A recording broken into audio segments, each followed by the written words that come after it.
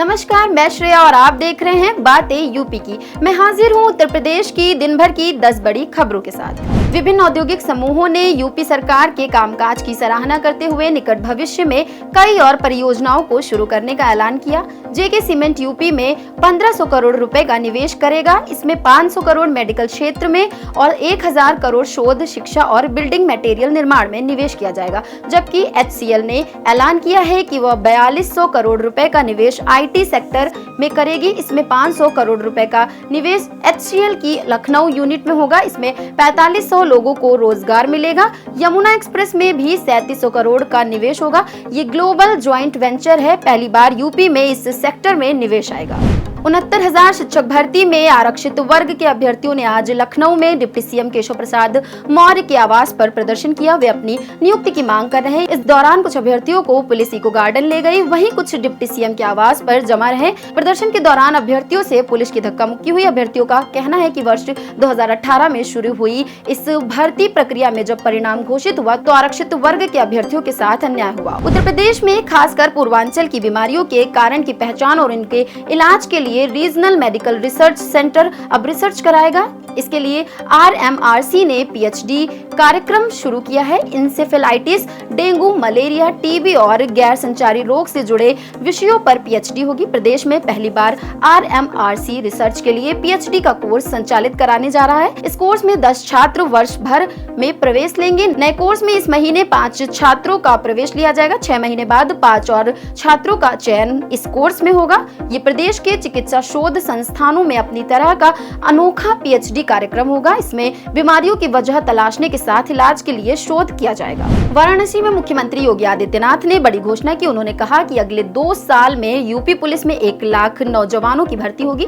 योगी ने कहा कि यही नहीं, आने वाले 2 वर्षों में 2 लाख नौजवानों को सरकारी नौकरियों से जोड़ा जाएगा। उन्होंने कहा कि आज प्रदेश में युवाओं के साथ कोई भेदभाव नहीं होता है। युवाओं को निष्पक्ष एवं पारदर्शी तरीके से सरकारी नौकरी से जोड़ा जा रहा है। विगत 7.5 वर्ष में हमने 6.5 लाख से ज्यादा युवाओं को नौकरी दी। मुख्यमंत्री योगी आदित्यनाथ ने आज मुरादाबाद पहुंचकर डॉक्टर भीमराव अंबेडकर पुलिस अकादमी में डिप्टी SP की पासिंग आउट परेड की सलामी ली, जिसके बाद आज यूपी पुलिस को 18 महिला व 56 पुरुष नए डिप्टी SP मिल गए। डिप्टी SP के प्रशिक्षण के दौरान अंतः कक्षीय विषयों, बाह्य कक्षीय विषयों में उत्कृष्ट प्रदर्शन करने वालों को मुख्यमंत्री द्वारा सम्मानित किया गया। पासिंग आउट परेड में 74 डिप्टी SP शामिल हुए, जिसमें 18 महिलाएं, 56 पुरुष अधिकारी हैं। उत्तर प्रदेश में गंगा नदी के संरक्षण और सफाई के लिए होने वाले प्रयासों को एक और कामयाबी मिली है। राष्ट्रीय स्वच्छ गंगा मिशन की दिल्ली में हुई 56वीं कार्यकारी समिति की बैठक में उत्तर प्रदेश के लिए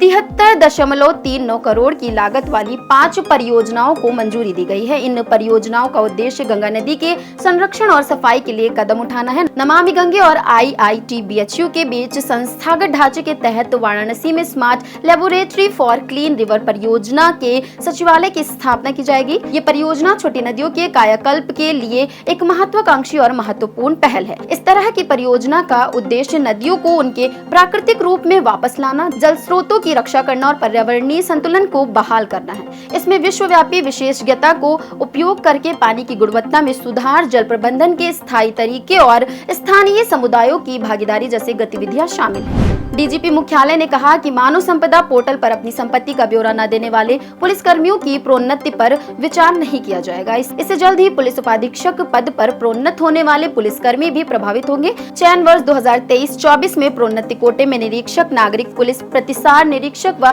दलनायक PSC की DSP पद पर प्रोन्नति की प्रक्रिया चल रही है। मुख्य सचिव के पत्र के हवाले से DGP मुख्यालय ने परिपत्र जारी करके कहा है कि मानव संपदा पोर्टल पर अपनी चल अचल संपत्ति का विवरण समयबद्ध रूप से प्रस्तुत न किए जाने पर इसे प्रतिकूल रूप में लिया जाएगा। साथ ही विभागीय चयन समिति की बैठक में उनकी प्रोन्नति पर तब तक विचार नहीं किया जाएगा जब तक कि वे अपनी चल अचल संपत्ति की विवरण पोर्टल पर प्रस्तुत नहीं कर देते हैं। उत्तर प्रदेश सरकार अतिशय गरीबी में जीवन यापन कर रहे परिवारों को एक मुश्त राहत पैकेज देकर गरीबी से उबारने की एक महत्वाकांक्षी योजना शुरू करने जा रही है।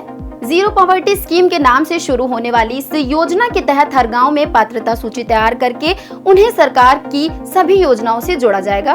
मुख्यमंत्री योगी आदित्यनाथ इस महीने योजना की शुरुआत कर सकते हैं। प्रदेश के पंचायती राज विभाग एवं अल्पसंख्यक कल्याण विभाग के मंत्री ओम प्रकाश राजभर ने बताया कि पंचायत राज विभाग को इस योजना का नोडल विभाग बनाया गया है।